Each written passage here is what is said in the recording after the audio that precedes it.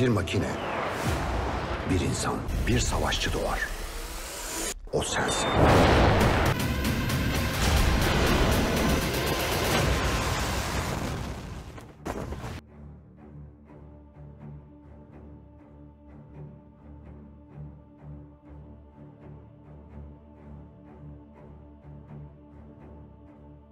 Middle East'e konuşan iki kaynağa göre, Türkiye, Amerika Birleşik Devletleri ile yürüttüğü milyarlarca dolarlık F-16 savaş uçağı anlaşmasını yavaşlattı.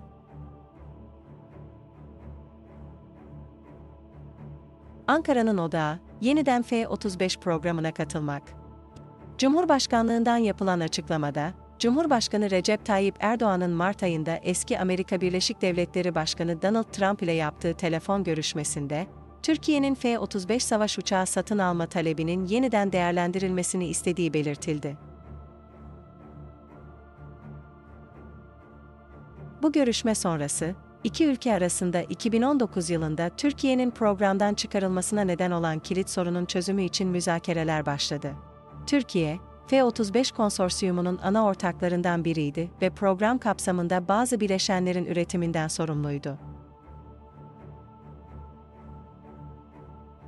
Amerika Birleşik Devletleri'nin elinde şu anda Türkiye için inşa edilmiş, bedeli ödenmiş ancak teslim edilmeyen 6 adet F-35 uçağı bulunuyor.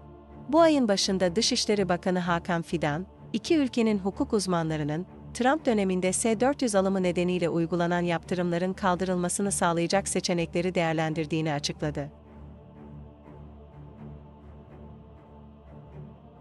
Bu adım, 20 milyar doları aşan yedek parça ve mühimmat alımının da önünü açabilir. Geçtiğimiz yıl Türkiye, 79 adet modernizasyon kitinden vazgeçerek 40 adet F-16 Viper ve ilgili mühimmat alımını taahhüt etmiş, anlaşma değerini 23 milyar dolardan 7 milyar dolara düşürmüştü.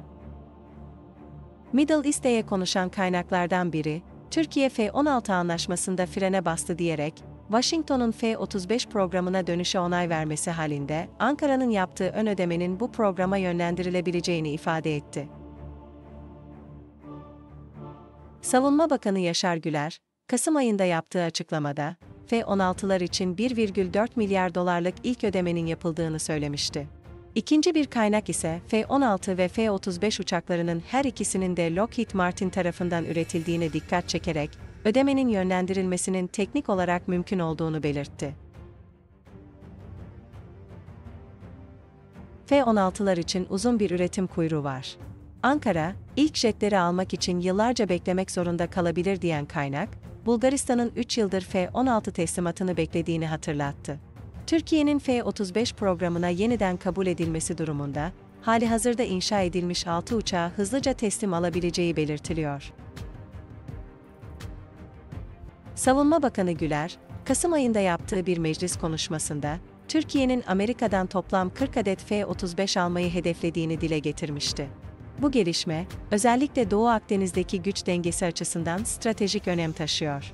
Yunanistan ilk F-35'lerini 2028 yılında teslim almayı planlarken, Türkiye'nin yaşlanan F-16 filosu operasyonel açıdan sorunlar yaratmaya devam ediyor. Türkiye halihazırda bölgede birçok hava üssü işletiyor ve önümüzdeki dönemde Suriye'ye doğru genişlemeyi planlıyor.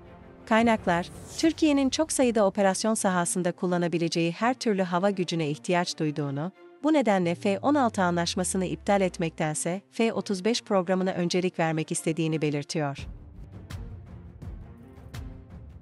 Ancak başta İsrail ve Yunanistan olmak üzere bazı bölgesel aktörler, Türkiye'ye F-35 satışı konusunda Washington'da lobi faaliyetleri yürütüyor. İsrail, askeri üstünlüğünü korumak amacıyla Amerika'nın Orta Doğu'ya yaptığı silah satışlarına uzun süredir karşı çıkıyor.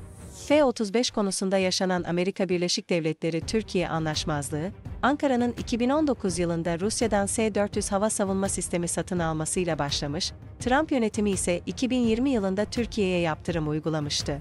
Middle East'in haberine göre, Ankara bu ayın başlarında, üslerin yeniden inşası sürecinde hava sahasını güvence altına almak amacıyla S-400 sistemlerini geçici olarak Suriye'deki T-4 ya da Palmira hava üssüne konuşlandırmayı gündemine aldı.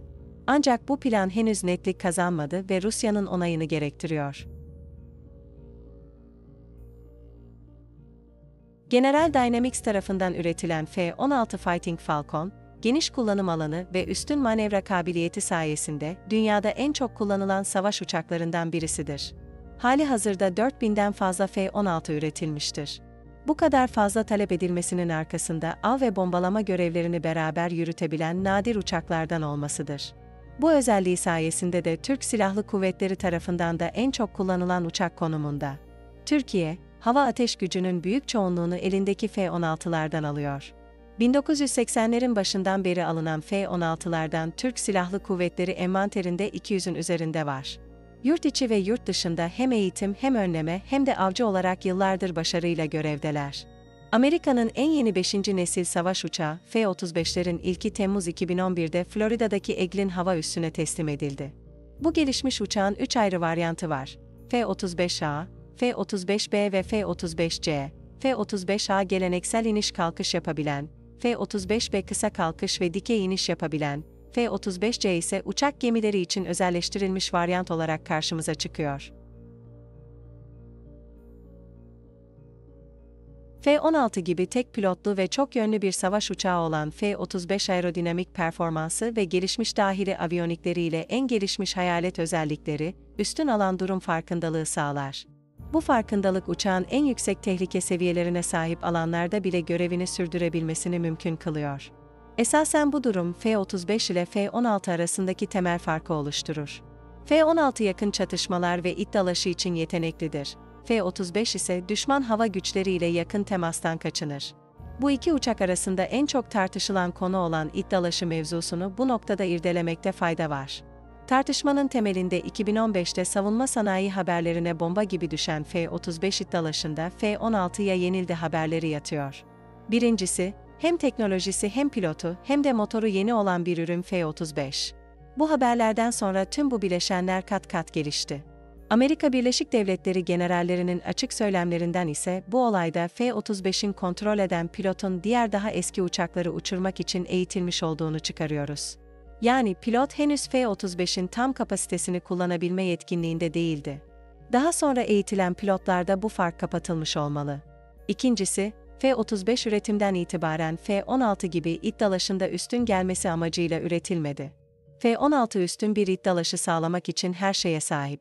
F-35 ise hassas sensörleri, tespit ve saldırı sistemleri, hayalet özelliği, uzun menzilli sistemleri sayesinde düşman daha kendisini fark edemeden ufuk ötesinden düşmanı yok edebilme kabiliyetine sahip.